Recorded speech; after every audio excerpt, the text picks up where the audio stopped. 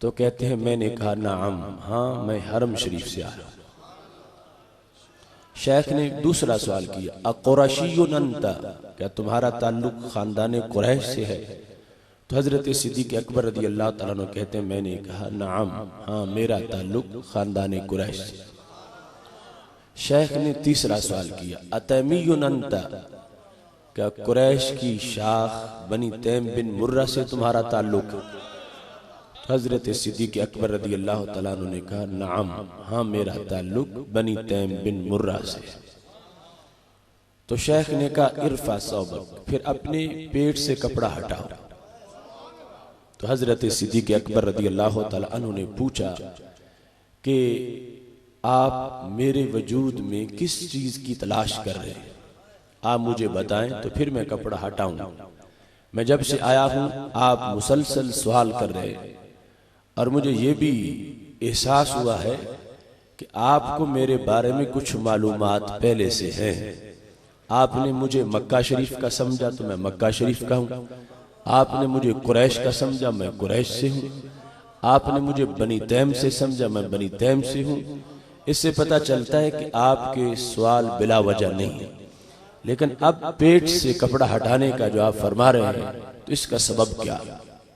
تو وہ شیخ کہنے لگے لقد وجدت فی العلم الصحیح ان نبیا یبعث فی الحرم یعاون علی امرہ فتن و کہلا، میں نے یہ علم صحیح میں پڑھا ہے کہ آخری نبی حضرت محمد مصطفیٰ صلی اللہ علیہ وسلم حرم شریف سے ظاہر ہوں گے، ان کا جھنڈا لے کر سب سے پہلے جو شخصیات چلیں گی ان میں ایک بالکل نو عمر ہوگا اور دوسرا ادھیڑ عمر کا ہوگا۔ وہ جو ادھیڑ عمر کا ہوگا اس کی علامتیں مجھے تمہارے وجود میں نظر آ رہی ہیں۔ میں نے باقی علامتیں دیکھ لیں، دو باقی رہ گئی ہیں۔ ایک علامت یہ ہے علی فخذہ الیسری علامہ، دوسری ہے فوق سرتہ شامہ، کہ اس شخص کے بائیں ران پر بھی ایک نشانی ہے اور اس کی ناف کے اوپر تل کا نشان ہے۔ تو وہ شیخ کہنے لگے وہ بائیں ران کو دیکھنا تو شرعاً جائز نہیں ہے، لیکن ناف کے اوپر تو میں دیکھ سکتا ہوں، اس واسطے میں یہ کہہ رہا ہوں اپنے پیٹ سے آپ کپڑا ہٹائیں تاکہ میں آسمانی علم کو تمہارے بدن پر منطبق کر سکوں اور میں نتیجے تک پہنچ سکوں کہ جس چیز کی مجھے تلاش تھی آپ کی شکل میں وہ چیز مجھے مل گئی ہے۔ تو سیدنا صدیق اکبر رضی اللہ تعالیٰ عنہ کہتے ہیں میں نے شیخ کے کہنے پہ کپڑا ہٹایا تو ناف کے اوپر تل کا نشان موجود تھا۔ تو شیخ کہنے لگے فوا رب الکعبۃ انت، رب کعبہ کی قسم ہے وہ تمہی ہو جن کا تذکرہ اللہ نے پہلی کتابوں میں فرمایا ہے۔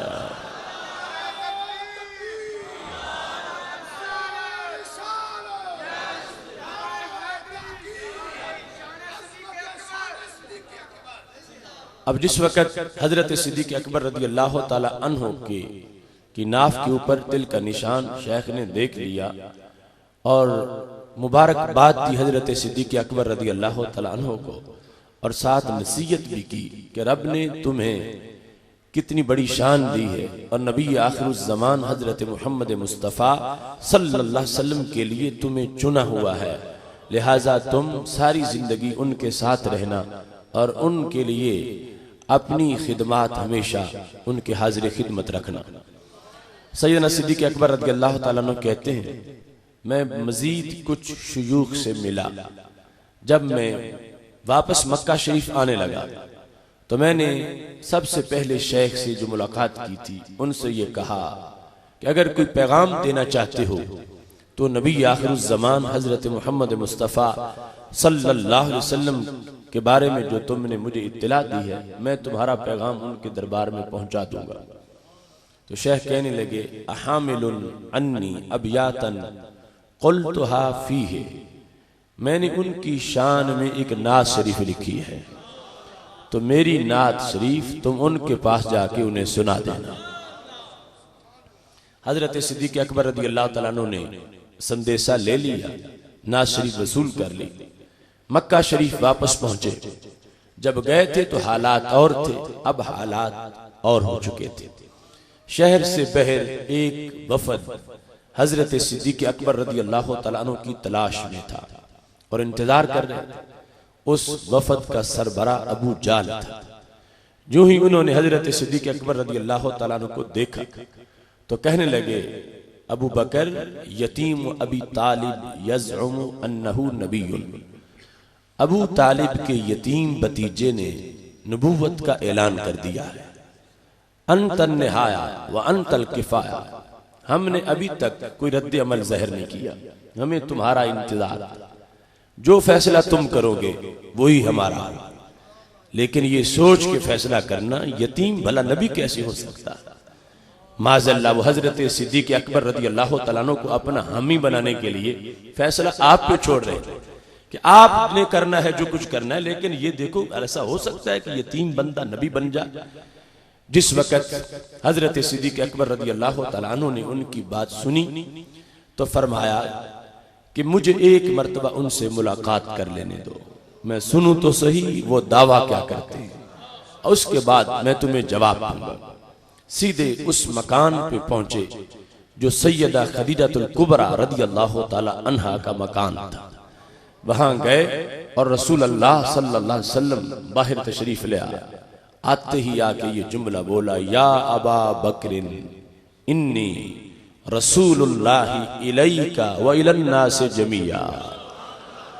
ابو بکر مجھے رب نے تمہارا اور باقی سب کا رسول بنا کے بھیجا ہے۔ پہلے دن جو رسول اللہ صلی اللہ علیہ وسلم نے جملہ بولا، اس جملے میں ہی آپ نے آخری فیصلے کا جو انداز تھا وہ بھی واضح کر دیا۔ علماء تشریف فرمائے اتنا کہہ دینا بھی کافی تھا، یا ابا بکر انی رسول اللہ الی الناس جمیعا۔ ابو بکر میں ساری انسانیت کا رسول ہوں، تم بھی انسان ہو لہذا میں تمہارا بھی رسول ہوں۔ لیکن ایسا نہیں فرمایا، بلکہ حضرت صدیق اکبر کو تنہا کر کے انی رسول اللہ الیک و الی الناس جمیعا، میں آپ کا اور باقی سب کا رسول بن کے آیا ہوں۔ مجھے اس سے یہ محسوس ہوتا ہے وہ بعد کا فیصلہ، ابھی انوار کلب میں ہمارا پروگرام تھا، وہاں وہ روایت میں نے پیش کی کہ البدایہ میں یہ لکھا ہے کہ رسول اللہ صلی اللہ علیہ وسلم نے ایک دن صحابہ کرام علیہم رضوان سے اپنے ایک خواب کا ذکر کیا، اور آپ کا خواب بھی اللہ کی وحی ہے۔ خواب میں فرمایا میں نے ترازو دیکھے، صحابہ نے